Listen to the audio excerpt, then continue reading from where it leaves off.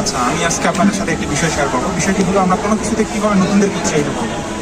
তো আমি আজকে চুল কাটাতে গিয়েছিলাম। চুল কাটাতে গিয়ে আমি একটি বিষয় লক্ষ্য করলাম।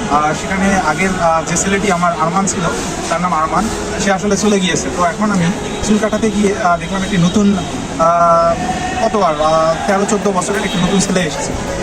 তো আমাদের যিনি ওই সেলুনের প্রধান, তিনি বললো যে মামা এনার কাছে কাটেন। তো আমি আসলে ছোটো বাচ্চা এইভাবে মানে তাকে নিরুৎসাহিত করলাম না। অনেকে করেন কি, তাকে নিরুৎসাহিত করে বা তার কাছে কাটবে না।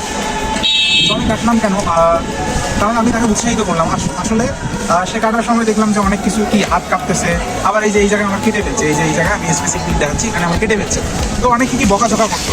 তো আপনি জীবনের প্রতিটা সেক্টরেই দেখবেন, দেখবেন যে আপনাকে কি ফার্স্ট আপনাকে গেলে, আপনি যতই গ্রাজুয়েশন হন, ইভেন আপনাকে যদি ডক্টরেট ডিগ্রি হয়, আপনি ডাক্তার হন বা MBBS হন, আপনাকে কি ইন্টার্ন করতে হয়, তখন কি আপনি ভুল করবেন।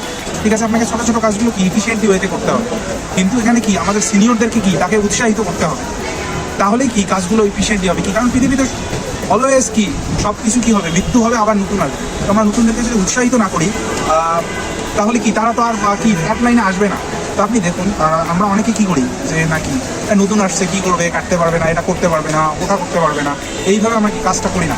আমাদেরকে এটা থিঙ্ক করতে হবে, আমাদেরকে থিঙ্কটাকে কনভার্ট করতে হবে যে কি নতুনদেরকে আমাদেরকে উৎসাহিত করতে হবে। আমি আমার কথা বলি, আমি যখন ফার্স্ট আমার জবে যাই, আমি অ্যাজ এ সফটওয়্যার ইঞ্জিনিয়ার, আমাকে ডাটাবেজের কাজ করতে হয়েছিল।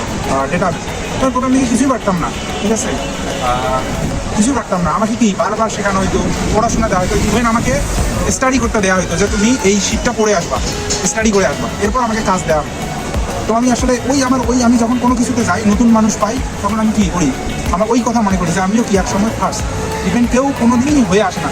ঠিক আছে, আমার বন্ধু সেও আসলে অনেক রেপুটেড একটা কোম্পানির জব করতো, তারও কি সেও কি ওই একটা কম স্যালারি দিয়ে ফ্রন্ট লাইন মানে কাজগুলো শিখে আসতে হবে। তো আমাদেরকে কী করতে হবে, অ্যাজ এ বস হিসাবে আমাদেরকে কি আমার বস ছিল, যিনি, আমি তার অনেক ক্রেডিট দেবো, তিনি আমাকে অনেক কিছু শিখিয়েছে।